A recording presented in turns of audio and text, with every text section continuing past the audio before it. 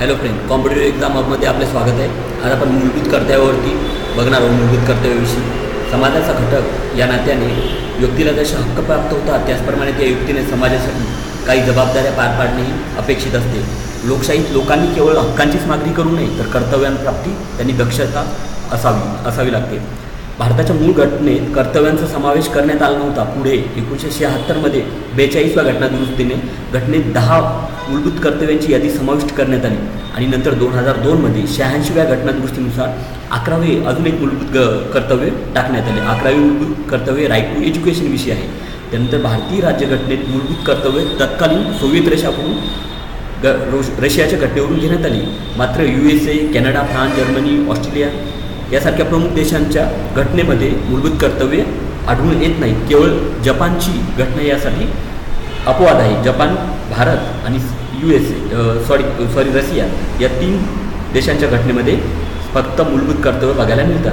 याउलट समाजवादी देशांनी नागरिकांच्या मूलभूत हक्क व कर्तव्य यांना सारखेच महत्त्व प्राप्त केले आहे. त्यानंतर आपण इथं दिलेलं आहे. मग 42व्या घटनादुरुस्तीनुसार 1976ला फंडामेंटल ड्युटीज नावाचे प्रकरण भारतीय राज्यघटनेमध्ये समाविष्ट करण्यात आले आहे. त्यानंतर सवर्णसिंह समितीने 1976मध्ये मूलभूत कर्तव्य भारतीय राज्यघटनेमध्ये एक स्वतंत्र प्रकरण मूलभूत कर्तव्याचं समाविष्ट करण्याची शिफारस केली.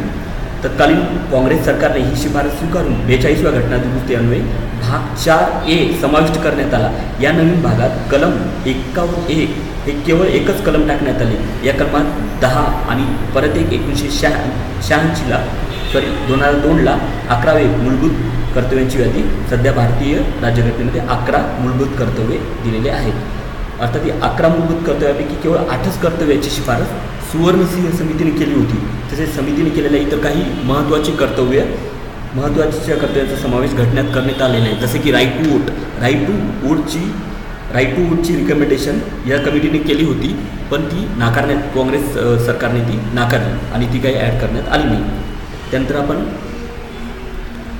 देअर इन्फ्लुएन्स, आता ही जी फंडामेंटल ड्युटीज आहेत USAकडून घेण्यात आले. None of the about democratic countries except Japan have fundamental duties as part of their constitution. हे बघितलं तर आपण it is a feature common in constitution of socialist countries, article 51A. त्यानंतर the codified task integral to the Indian way of life ते दिलेलं आहे. Fundamental duties part 4A मध्ये 4A टाकण्यात आलेले आहे. आर्टिकल 51A फक्त एकच असं हे आर्टिकल आहे. यामध्ये सवर्णसिंह कमिटीने 42व्या घटनादुरुस्तीनुसार टाकण्यात आलेले आहे 1976ला. त्यानंतर must of these duties are moral आणि अदर्स आर सिविक. जास्तीत जास्त ड्युटीज यामध्ये मॉरल आहेत आणि काही सिविक आहेत. त्यामुळे ह्या लिगली बाइंडिंग नाही किंवा कोर्टामध्ये जस्टिसेबलसुद्धा नाही फंडामेंटल ड्युटीज. त्यानंतर बघूया they are applicable to citizens only. फक्त भारतीय नागरिकांनाच ह्या लागू आहेत. परकीयांना मग ते मित्र असो किंवा एनिमी असो त्यांना ही फंडामेंटल ड्युटीज लागू नाही. त्यानंतर बघूया आपण इथे लिस्ट दिलेली आहे. ही लिस्ट आता 11 फंडामेंटल ड्युटीजची लिस्ट आपण बघूया. याच्यातले पहिलं आहे to abide by the constitution and respect its ideal and institution, the national flag and the national anthem. राष्ट्रीय जे प्रतीके आहे त्यांचा सन्मान करणे हे प्रत्येकाचे कर्तव्य आहे. जसे की राष्ट्रीय अँथीम जेव्हा चालू असेल तेव्हा प्रत्येक व्यक्तीने सावधान स्थितीत उभे राहून आपल्या राष्ट्रीय प्रतीकांचा सन्मान करणे गरजेचं आहे. त्यानंतर बघूया 2 नंबरची ड्युटीज आहे ज्यामुळे to cherish and follow the noble ideals that inspire the national struggle of freedom. ज्यामुळे आपल्या राष्ट्रीय स्वातंत्र्य लढ्यास स्फूर्ती मिळाली त्या उदात्त आदर्शाची जोपासना करून त्याचे अनुसरण करणे गरजेचे आहे. त्यानंतरचं बघूया to uphold and protect the sovereignty, unity, integrity of India. भारताचे सार्वभौमत्व, एकता व एकात्मता उंडत ठेवणे व त्यांचे संरक्षण करणे हे सर्वांचे कर्तव्य आहे. नंतर इथे दिलेलं आहे पिक्चरमध्ये बघू शकता आपण युनायटेड वी स्टँड सॉव्हर्निटी, युनिटी आणि इंटिग्रिटीसाठी.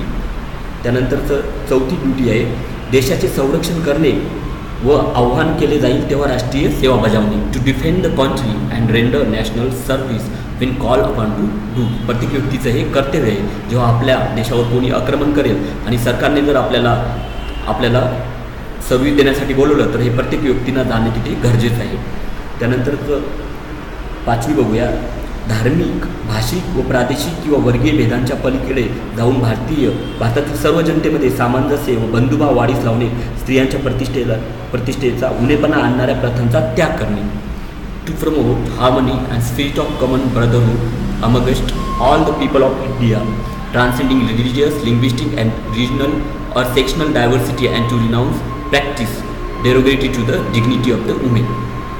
इथे दिलेले हिंदुइझम, जैनिझम, सिखिझम हे सर्व एक वेगवेगळे धर्म आणि याच्यावरून आपण डायव्हर्सिटी आपल्याला कळून येते. त्यानंतर बघूया 6वी फंडामेंटल ड्युटी.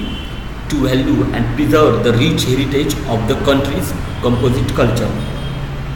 आपल्या संमिश्र संस्कृतीच्या समृद्ध वारशांचे मूळ जाणून ते जतन करणे गरजेचे आहे. जसं की ते दिलेलं आहे, आपली समृद्धी, आपली हेरिटेज यांचं पालन करणे गरजेचं आहे. त्यानंतर जी नंबरचं वने, सरोवरे, नदे, वन्य जीवसृष्टी यासह नैसर्गिक पर्यावरणाचे रक्षण करून त्यात सुधारणा करणे आणि प्राणीमात्रांबद्दल दया व बुद्धी बाळगणे. To protect and improve the natural environment including forest, lake, river and wildlife and to have compassion for the living creature. त्यानंतरचा आहे यच. विज्ञान. To develop scientific temper, humanism and the spirit of the inquiry and reform. विज्ञाननिष्ठ दृष्टिकोन, मानवतावाद आणि शोकबुद्धी व सुधारणावाद यांचा विकास करणे. प्रत्येक व्यक्तीने विज्ञाननिष्ठ असलं पाहिजे, मानवतावादी असलं पाहिजे आणि शोकबुद्धी व सुधारणावाद यांचा विकास त्यांनी त्यांच्यामध्ये घडवून आणणे गरजेचं आहे. प्रत्येक व्यक्तीचं एक महत्त्वाचं कर्तव्य आहे. त्यानंतरचं आहे नंबरचं सार्वजनिक मालमत्तेचे रक्षण करणे व हिंसाचाराचा निग्रहपूर्वक त्याग करणे. To safeguard public property and to abjure violence. Public प्रॉपर्टीचा सेफगार्ड करणे गरजेचं आहे आणि व्हायलेन्सचा त्याग करणे हे प्रत्येकाचं कर्तव्य आहे. त्यानंतरचं जे नंबरचं राष्ट्रसतत उपक्रम व सिद्धी यांच्या चढत्या श्रेणी गाठत जाईल अशा प्रकारे व्यक्तिगत सामुदायिक कार्याच्या सर्व क्षेत्रांमध्ये उत्तमता संपादन करण्यासाठी झटणे. To strive towards excellence in all sphere of individual and collective activity so that the nation constantly rise to higher level of the endeavour and achievement and. त्यानंतरचं बघूया. जो जन्मदाता असेल किंवा पालक असेल त्यांनी आपल्या अपत्यास अथवा पाल्यास त्याच्या वयाच्या 6व्या वर्षापासून ते 14व्या वर्षापर्यंत शिक्षणाची संधी उपलब्ध करून देणे. To provide opportunity for education to his child or ward between the age of 6 and 14 years. ही ड्युटी 11व्या नंबरची ड्युटी भारतीय राज्यघटनेमध्ये 86व्या घटनादुरुस्तीनुसार 2002मध्ये टाकण्यात आलेली आहे. त्यानंतर बघूया काही महत्त्वाचे प्रश्न फंडामेंटल ड्युटी व मूलभूत कर्तव्यांवरती आपण बघूया, ते तुम्ही सांगण्याचा प्रयत्न करा. तर सर्वात पहिला प्रश्न बघूया. Which of the following statement is true of the fundamental duties of an Indian citizen? A legislative process has been provided to enforce these duties. They are correlative to legal duties. Select the correct answer using the code given below. तुम्ही guess करू शकता यामध्ये कुठलं उत्तर असू शकते. तर याचं उत्तर एमध्ये दिलेलं आहे पहिलं बरोबर आहे, बीमध्ये दुसरं दिलेलं आहे बरोबर, सीमध्ये बोथ बरोबर दिलेले आहेत आणि डीमध्ये नायदर वन नॉर टू. तर तुम्ही गेस करू शकता याचं उत्तर आहे डी. याचं उत्तर आहे no legal process present to enforce all the duties. They are non correlated to legal duties given by different act. त्यानंतरचा प्रश्न बघूया. In the context of India which one of the following is the correct relation between rights and duties. Rights आणि duties जे की भारतीय राज्यघटनेमध्ये दिलेले आहे त्यामध्ये इथे डिफरन्स रिलेशनशिप करण्याचा प्रयत्न केला आहे. पहिले right are correlative with duties. Right are personal. दुसरा आहे right are personal and hence independent of society and duties. Right. तिसरा आहे right not duties are important for the advancement of the person of the citizen. आणि चौथा आहे duties not right are important for the stability of the state. तर तुम्ही guess करू शकता यामध्ये कुठलं उत्तर असू शकते. याचं उत्तर आहे A. Rights are correlative with duties that is related to each other and inseparable. त्यानंतरचा प्रश्न बघूया तिसरा. To uphold and protect the sovereignty, unity and integrity of India is provision made in कुठल्या भागामध्ये दिलेलं आहे भारताची सॉव्हर्निटी आणि युनिटी आणि इंटिग्रिटी ऑफ इंडिया? पहिलं ऑप्शन आहे प्रिएम्बल ऑफ द कॉन्स्टिट्यूशन, दुसरं ऑप्शन आहे directive principle of state policy, तिसरं ऑप्शन आहे फंडामेंटल राईट आणि चौथं आहे फंडामेंटल ड्युटीज. यावरती तुम्ही गेस करू शकता. याचं उत्तर आहे 4 फंडामेंटल ड्युटीज. फंडामेंटल ड्युटीजमध्ये दिलेलं आहे it has been the mention in the article 51A of the constitution. भारतीय राज्यघटनेतील पार्ट 4 मधील एमध्ये 51A आर्टिकलमध्ये हे मेन्शन केलेले आहे की protect the sovereignty, unity and integrity of India. त्यानंतरचा प्रश्न fundamental duties are borrowed from the constitution of option A USA, option 2 UK, option 3 USSR आणि ऑप्शन 4 जपान. तुम्ही गेस करू शकता. याचा ॲन्सर आहे ॲन्सर 3 USSR देशाकडून आपण फंडामेंटल ड्युटीज बरो केलेले आहेत. त्यानंतरचा प्रश्न fundamental duties are applicable only to कोणाला ॲप्लिकेबल आहेत? Option A citizen, army, alliance आणि अँबॅसिडर. तर याचं उत्तर आहे गेस करू शकता तुम्ही की हे फक्त भारतीय सिटिजनलाच लागू आहेत. फक्त भारतातील प्रत्येक सिटिजनला लागू आहेत.